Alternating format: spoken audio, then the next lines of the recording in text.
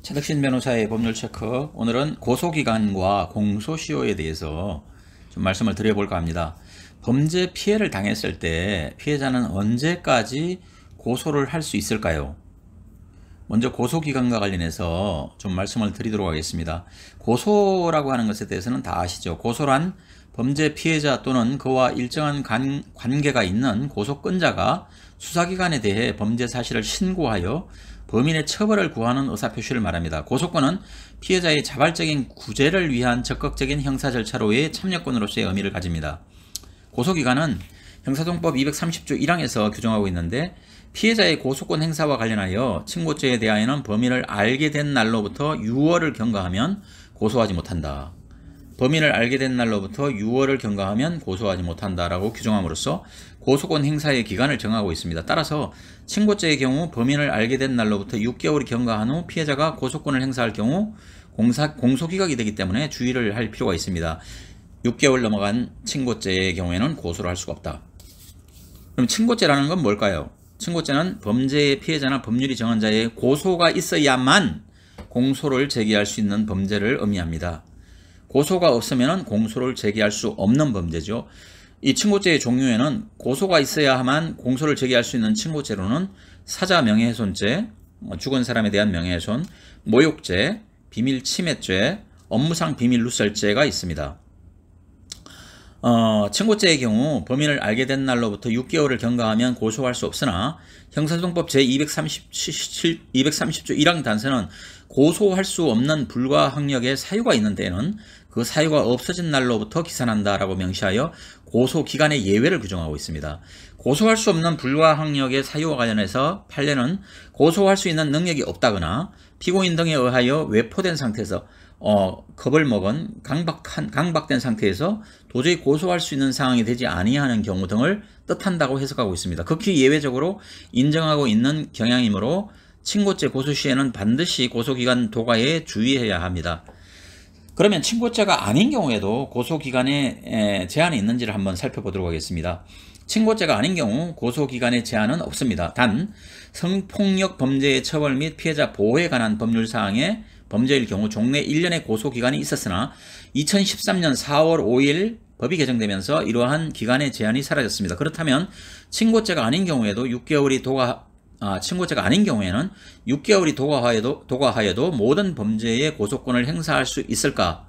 꼭 그렇지만은 않습니다. 범죄 피해 사실을 수사기관에 신고하여 처벌받게 하기 위해서는 해당 범죄의 공소시효가 도과되는 것을 주의해야 합니다.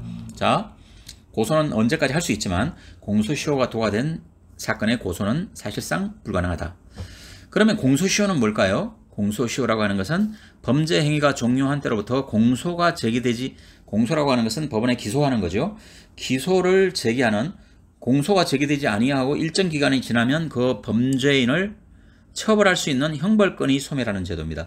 공소시효가 지나면 피해자가 고소권을 행사하더라도 국가의 형벌권이 소멸하여 처벌할 수 없습니다. 그래서 수사기관에서는 공소권 없음이라는 결정을 하게 되고 법원에서는 공소기각 판결을 하게 되는 것입니다. 공소시효의 기간에 대해서는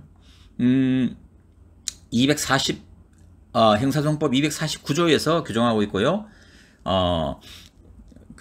사형에 해당하는 범죄는 25년, 무기징역 또는 무기금고에 해당하는 범죄에는 15년, 장기 10년 이상의 징역 또는 금고에 해당하는 범죄에는 10년, 장기 10년 미만의 징역 또는 금고에 해당하는 범죄에는 7년, 장기 5년 미만의 징역 또는 금고, 장기 10년 이상의 자격정지 또는 벌금에 해당하는 범죄에는 5년, 장기 5년 이상의 자격정지에 해당하는 범죄에는 3년, 장기 5년 미만의 자격정지, 구류, 과료 또는 몰수에 해당하는 범죄는 1년, 이렇게 공소시효가 1년부터 25년까지로 249조 형사소송법에 규정되어 있습니다.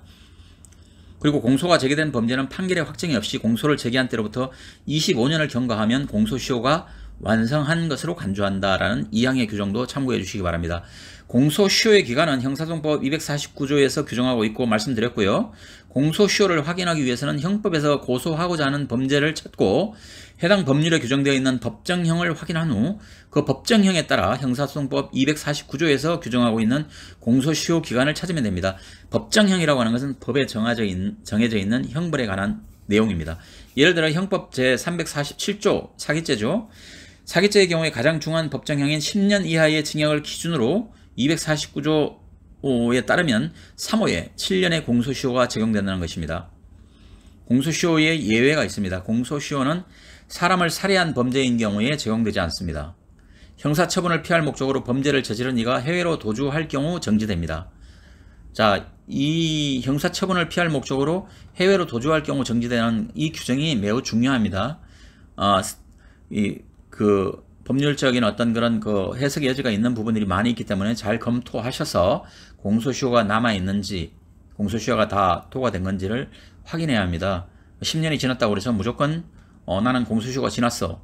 알고 봤더니만 이 피의자가 해외에 나가 있는 기간이 있었다면 그 기간 동안은 공소시효가 정지되었을 가능성이 있기 때문에 그 나머지 정지된 기간 동안은 공소시효가 연장된다는 것 참고해 주시면 좋겠습니다.